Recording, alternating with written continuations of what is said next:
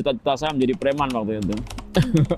Karena sering ada masalah, saya melihat preman itu luar biasa. Saya pernah ikut masuk ke dalam tempat-tempat seperti di Jogja waktu itu. Di Jogja, Solo, dan Surabaya. Qadarullah pas kita semakin naik, cita-cita menjadi preman itu, ada suatu permasalahan di jalan itu. Benturan dengan suatu laskar Islam yang tidak perlu kami sebutkan namanya. Di situ laskar Islamnya berani banget. Nah, kita tertariknya dengan beraninya itu. Akhirnya setelah itu kita baru belajar mulai ngaji waktu itu. Saya punya teman wilayah pantai, satu tunjukkan yang biasa jual beli satu tunjukkan ke situ. Nggak tahu saya, tak pikir hanya fee-nya berapa gitu lah, nggak tahu. Kok 5 juta itu terlalu banyak gitu. Setelah itu baru jalan. Akhirnya berusaha kita mendekati teman-teman yang seperti itu. Kita ikut mendalami, baik itu tanah atau rumah atau mobil, kita masuk ke dalam situ.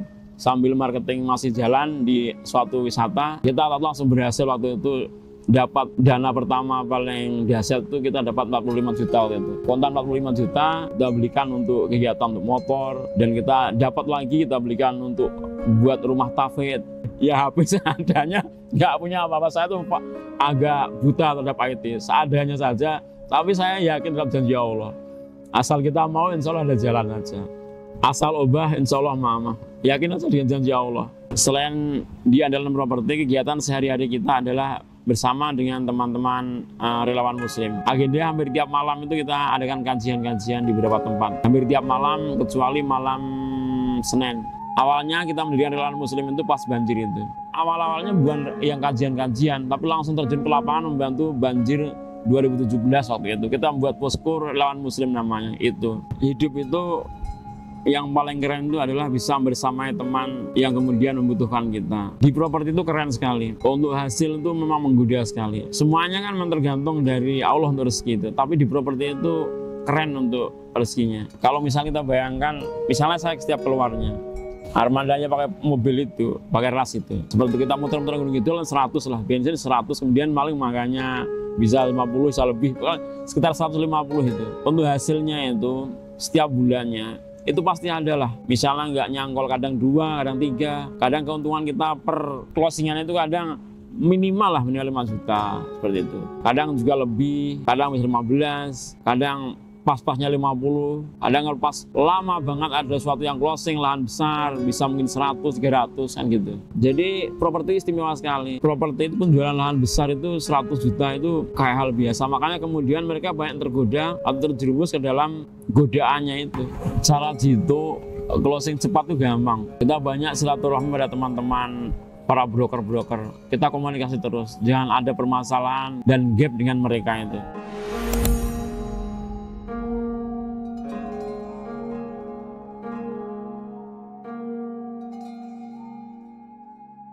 Assalamualaikum warahmatullahi wabarakatuh. Saya biasa dipanggil Mas Yadi. Untuk kehidupan kita, masa kecil kita atau masa paling parah-parahnya ya sebelum nikah, sekitar tahun 2000-an, cita-cita saya menjadi preman waktu itu.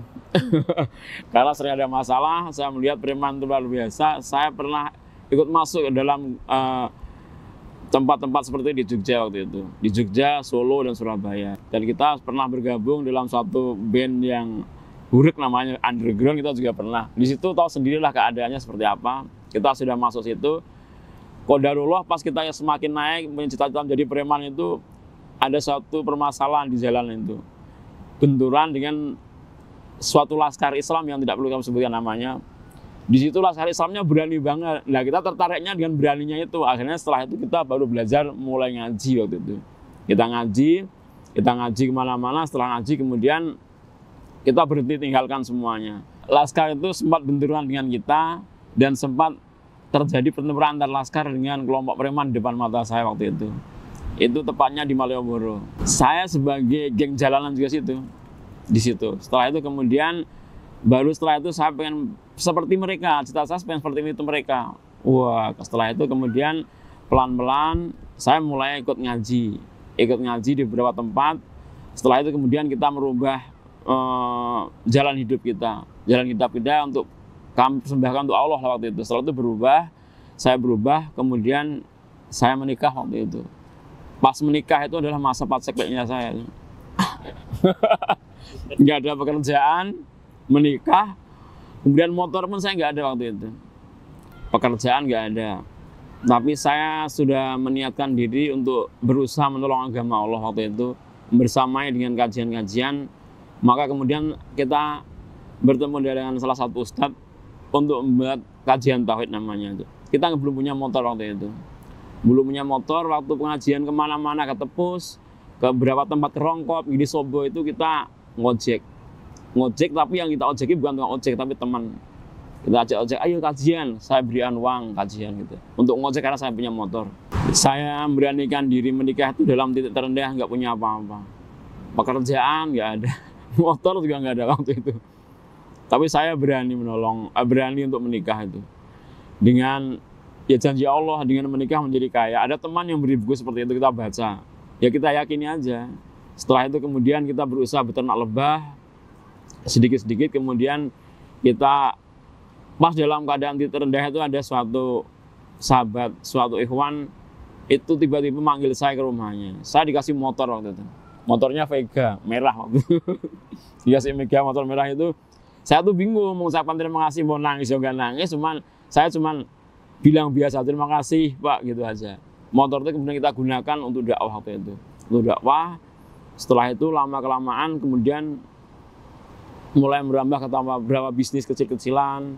Di salah satunya di area wisata. Kemudian setelah itu kemudian kita juga ikut berusaha menjadi marketing di situ. Setelah itu kemudian ditolong oleh Allah Subhanahu wa taala, dikenalkan dengan suatu bisnis yang sampai sekarang berjalan, yaitu properti itu. Awal mulanya properti juga gampang juga, nggak tahu saya waktu itu. Ditanya ada orang, salah satu dari media dari Jakarta, tanya waktu itu, Mas ada tanah nggak? Saya tunjukkan, ada. Tapi saya nggak biasa jual-jual kayak gitu Bu. Nggak apa-apa, tolong tunjukkan aja, saya tunjukkan. Waktu itu laku, tak pikir saya itu hanya dapat fee berapa? 200 atau 300 seperti itu. Itu tahun sekitar 2013-15 waktu itu.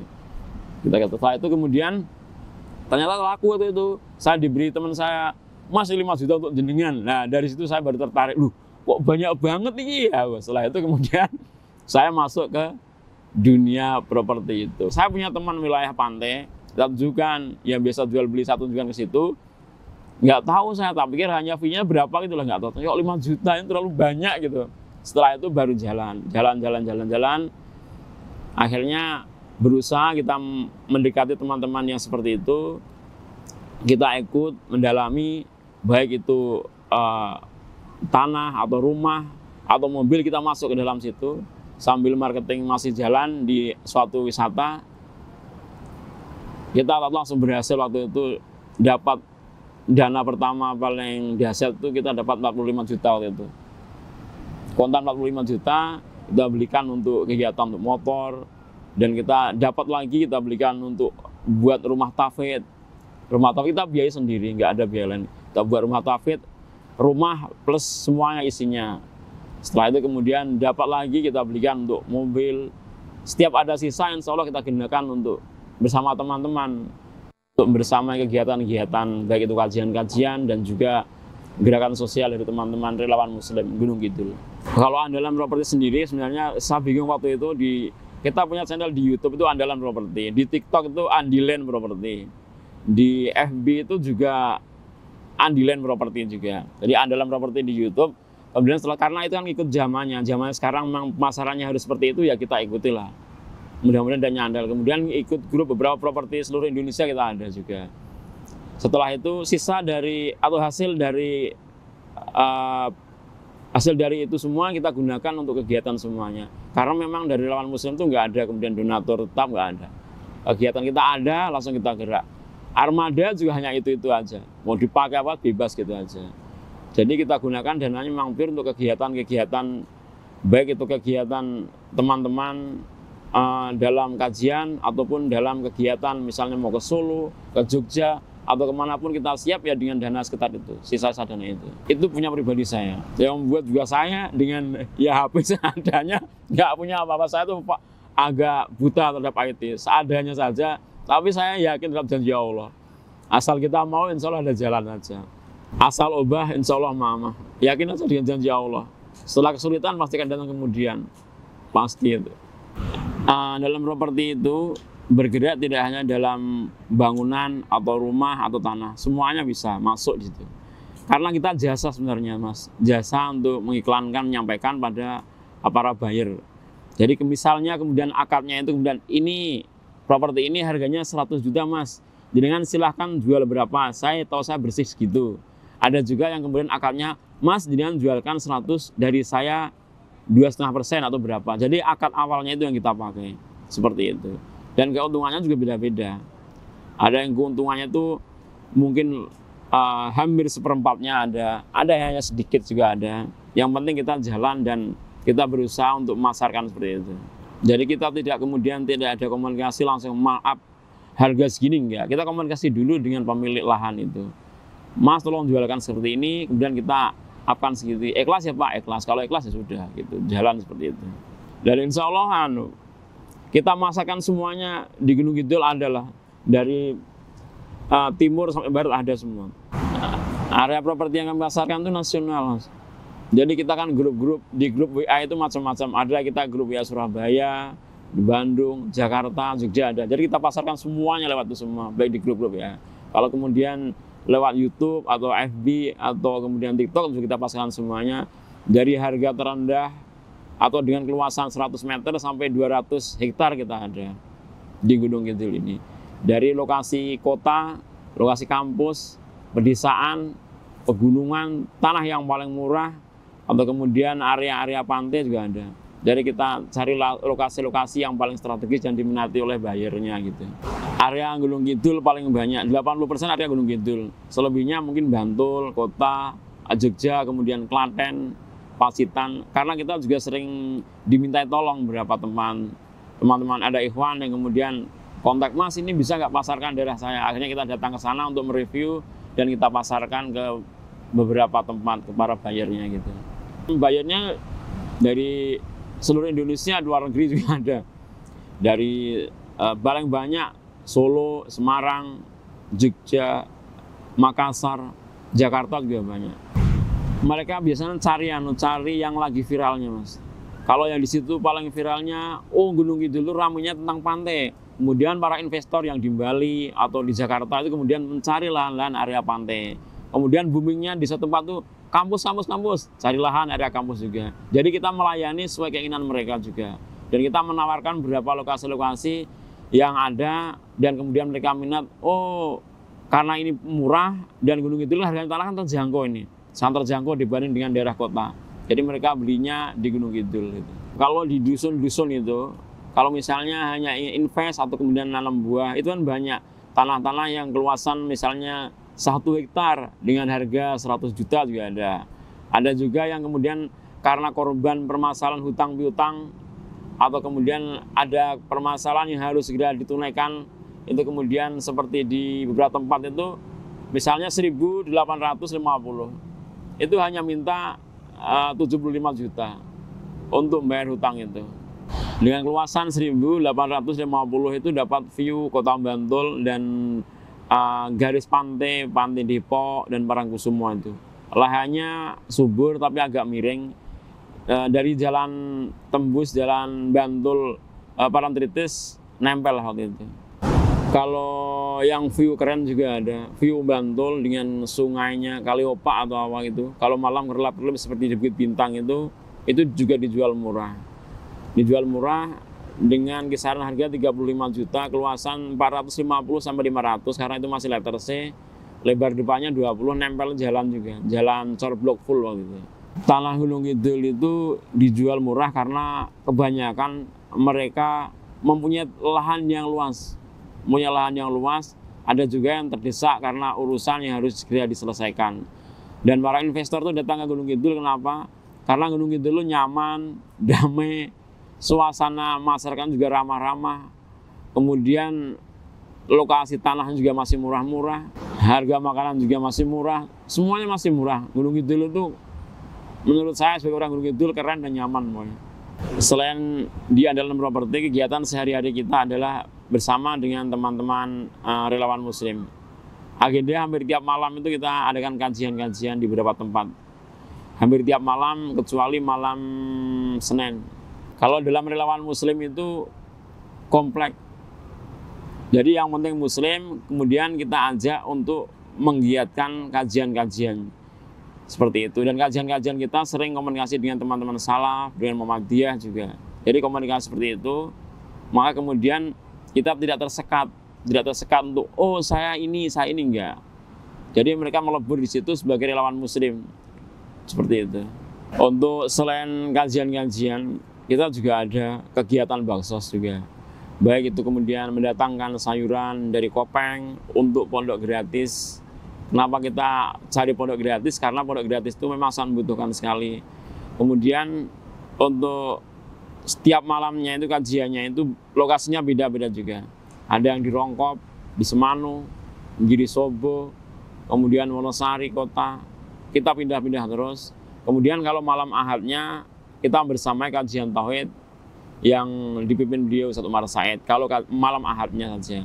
Tapi kalau malam selain itu bersama dengan teman-teman relawan Muslim Gunung Kidul. Kalau untuk relawan Muslim sendiri berdiri sekitar tahun 2017 sebelum Covid ya, sebelum Covid itu. 2017 pas banjir Gunung Kidul itu. Awalnya kita mendirikan relawan Muslim itu pas banjir itu.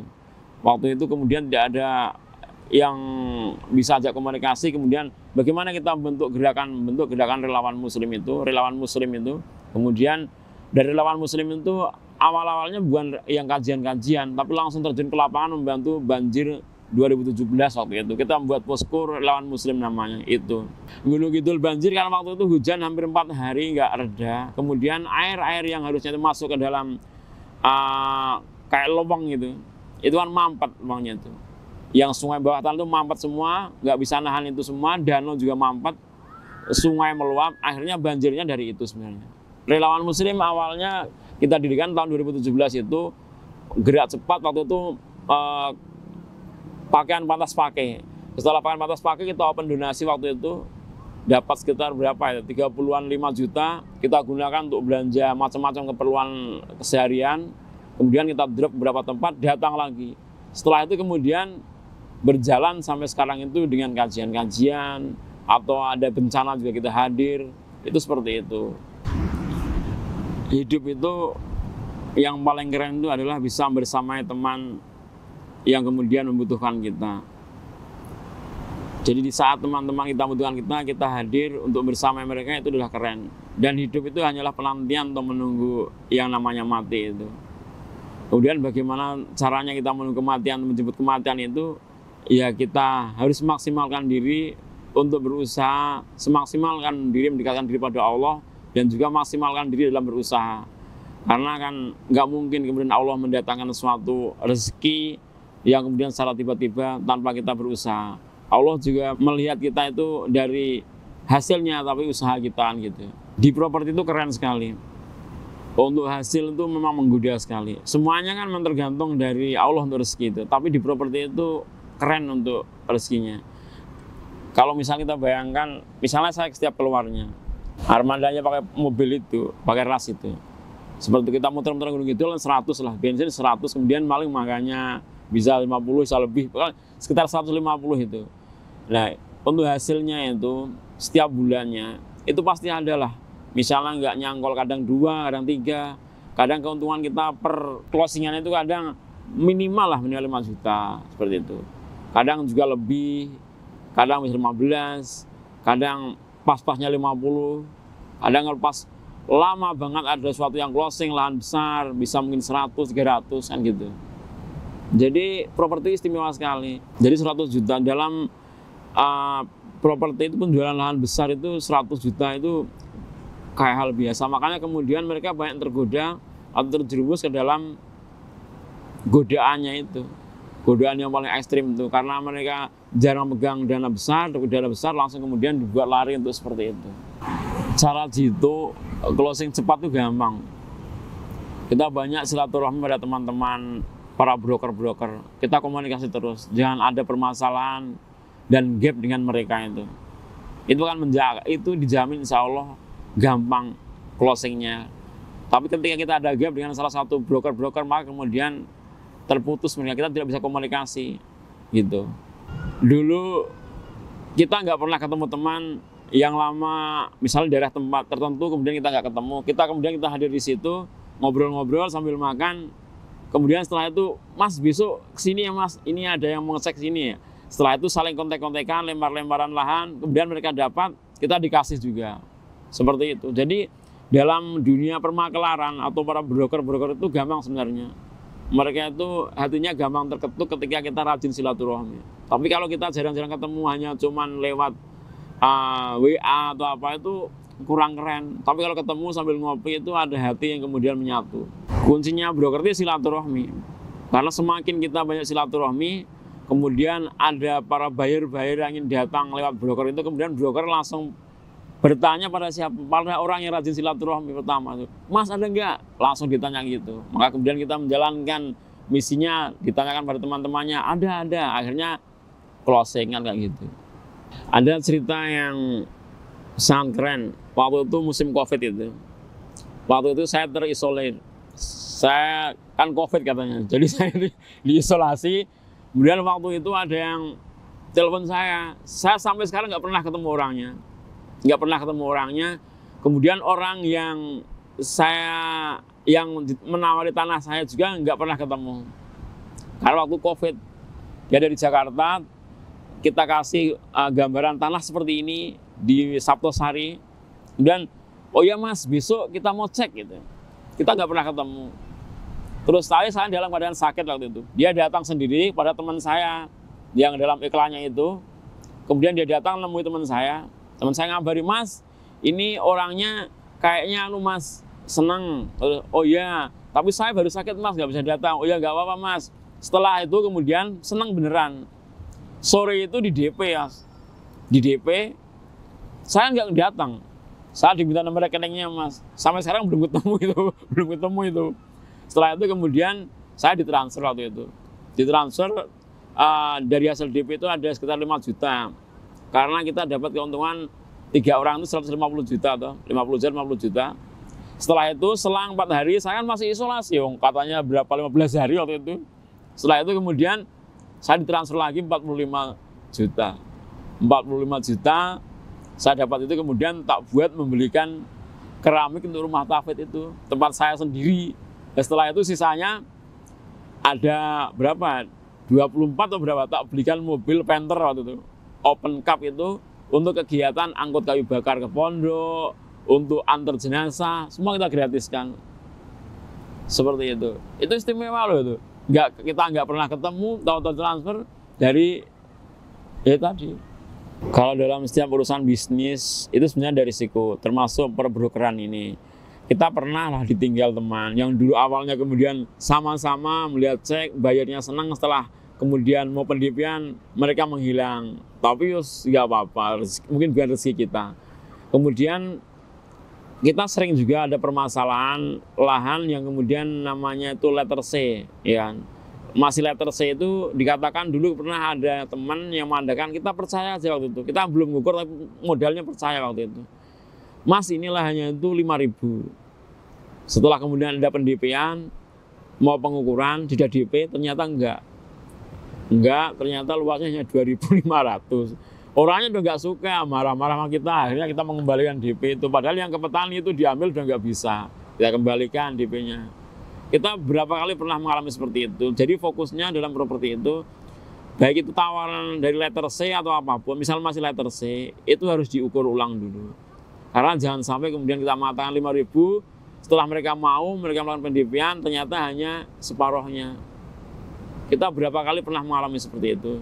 Dan kita mengembalikan uang, ada yang setelah mau dikembalikan juga nggak mau. Jadi seperti itu. Dari hasil properti memang banyak kita gunakan lah untuk kegiatan-kegiatan yang insya Allah positif tersebut. Dan diantaranya membangun rumah tafid relawan muslim itu dari kegiatan kita sendiri. Rumah tafid relawan muslim itu kan masih di pekarangan saya sendiri. Waktu itu kita buatkan limasan, kemudian kita untuk pengajar-pengajarnya dulu dari Ibnu Mas'ud bersama dengan istri juga. Kemudian saya melihat dan anak-anak di sekitar kita di kampung sebelah itu kan banyak yang berminat, tetapi kadang tidak ada pengajarnya. Setelah itu kemudian di situ berjalan Setelah itu kemudian kita juga dari seperti itu kita pernah juga maksimalkan bersama teman-teman relawan muslim waktu salah satu masjid yang Al-Ghuruba roboh itu kita maksimalkan diri untuk dengan teman relawan muslim juga di backup oleh Andalan Properti itu untuk mencari sembari open donasi kayu untuk masjid itu, karena duluan dari Bajaringan waktu yang masjid yang tadi itu. Setelah itu kemudian jalan untuk hasil dari penggergajiannya itu dari Andalan Properti juga. Kemudian untuk kayunya langsung kita usung ke sana. Kebanyakan dari hasil itu kita gunakan itu. Karena kita open donasi juga kurang maksimal gitu. Andalan Properti saat ini menyediakan beberapa lahan atau properti yang dijual, diantaranya adalah kebun jati yang murah SHM, kemudian tanah area kampus yang sudah SHM Pekarangan dan SHM Tegal juga, tanah dengan view pantai atau bibir-bibir pantai juga banyak, dari luasan 100 meter sampai 200 hektar kita siap. Dan kita berusaha untuk maksimalkan bahwa banyak saudara-saudara kita Gunung Kidul itu yang terlilit riba, yang kemudian dulu ada yang sampai bunuh diri, maka bagi para buyer sisihkan rezeki jenengan semuanya untuk kemudian menolong mereka semuanya. Termasuk beberapa waktu yang lalu ada beberapa lahan yang orang tuanya sampai nangis-nangis kepada kita, minta tolong, kemudian ada teman kita yang kemudian menolong ngasih berapa juta, tapi kemudian mereka belum bisa mengembalikan karena memang posisinya itu dia mau jual lahan juga dengan harga yang murah tadi. Karena anaknya terlilit judi online. Karena judi online itu sudah merakyat saat ini. Tidak hanya anak-anak, kemudian ibu-ibu, orang tua juga banyak. Termasuk pinjol. Karena judi online sama pinjol itu jadi satu kesatuan. Judi online, pinjol, rentenir jadi satu. Karena kalau mereka terjebak judi online, itu paling cepat untuk depo itu ya rentenir, kayak gitu. Makanya kemudian kami berharap pada para pengusaha muslim semuanya, para pengusaha muslim di mana berada, aset-aset Gunung Kidul itu banyak kemudian karena istimewa sekali dengan keindahan Gunung Kidul itu banyak dilirik oleh mereka juga orang-orang kafir yang kemudian nanti setelah itu dibeli digunakan untuk tempat-tempat yang nggak jelas, entah itu karaoke, entah itu bar, entah itu kafe, nggak jelas. Makanya gerak cepat selamatkan aset bangsa yang ada di Gunung Kidul itu. Antum beli, jenengan beli, kemudian digunakan untuk invest, untuk kegiatan umat, berkebun atau berternak, monggo. Yang saya takutkan kalau mereka kemudian, para buyer-buyer itu yang kemudian buyer-buyer kafir, atau yang kemudian tidak punya akidah, membeli untuk klub-klub malam dan sebagainya itu, generasi muda kita kan hancur. Karena saat ini itu pinjol kemudian judol itu sudah pura-purandakan generasi muda. Kalau kemudian mereka kemudian dengan terang-terangan membuat bar atau tempat-tempat perjudian, prostitusi dan sebagainya, maka kemudian hancur generasi kita. Karena aset Gunung Kidul itu memang banyak dilirik dari pengusaha-pengusaha luar, pengusaha-pengusaha dari Jakarta, Bali itu melirik.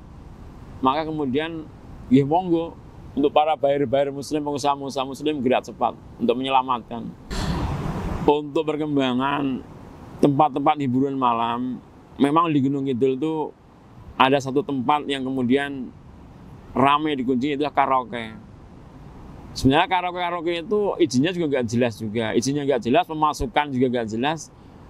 Tapi mereka kan ada yang backup lah, dari beberapa komunitas yang backup dan akhirnya mereka berkembang terus. Tapi mereka nggak ada pemasukan sama sekali untuk pemerintah daerah, kan nggak ada pemasukan. Itu malam hari kok. TPR kalau ke pantai juga nggak ada TPR-nya. Jadi sudah nggak bayar TPR dan itu di malam hari sampai pagi. Dan itu menimbulkan kerancuan itu. Mereka mabuk di situ, berkelahi di situ.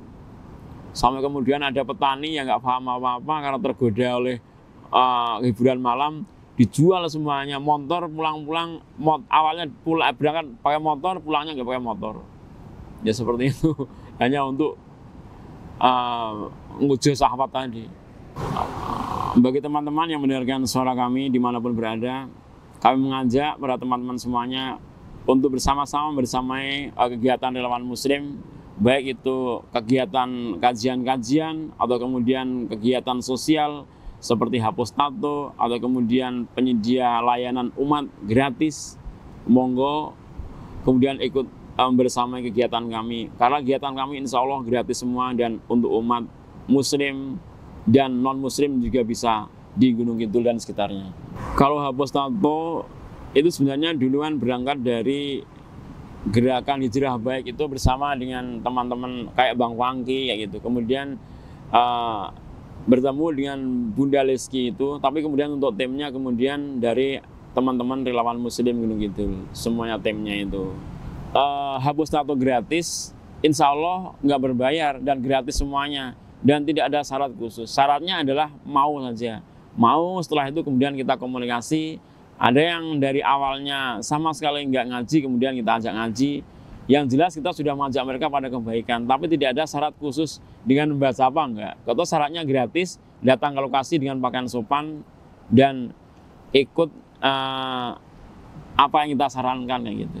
Kita sampaikan juga bahwa tato itu nggak ada manfaatnya. Dan tato itu dilarang oleh agama juga. Terutama tato-tato yang bergambar, tato-tato yang nggak jelas salib dan sebagainya itu. Kita sampaikan seperti itu untuk tidak bertato lagi. Kalau kemudian mereka misalnya mengingkari dengan pernyataan dari awal itu, ya itu bukan urusan kita. Karena kita sudah menyampaikan jangan sampai ada tato lagi di badannya kayak gitu. Untuk Bapak Ibu sekalian dan saudara sekalian yang membutuhkan properti di area Gunung Kidul, area kampus, area pantai, kemudian area gunung, kami persilahkan untuk menghubungi channel ini dan kami juga siap untuk mereview lahan-lahan jenengan semuanya yang ingin dijual dimanapun berada di sekitaran Yogyakarta dan sekitarnya. Dan bagi para pengusaha muslim, monggo gerak cepat untuk meminang properti kami yang keren dan harus dipinang karena memang lokasinya memang keren-keren semuanya. Untuk para pengusaha muslim khususnya,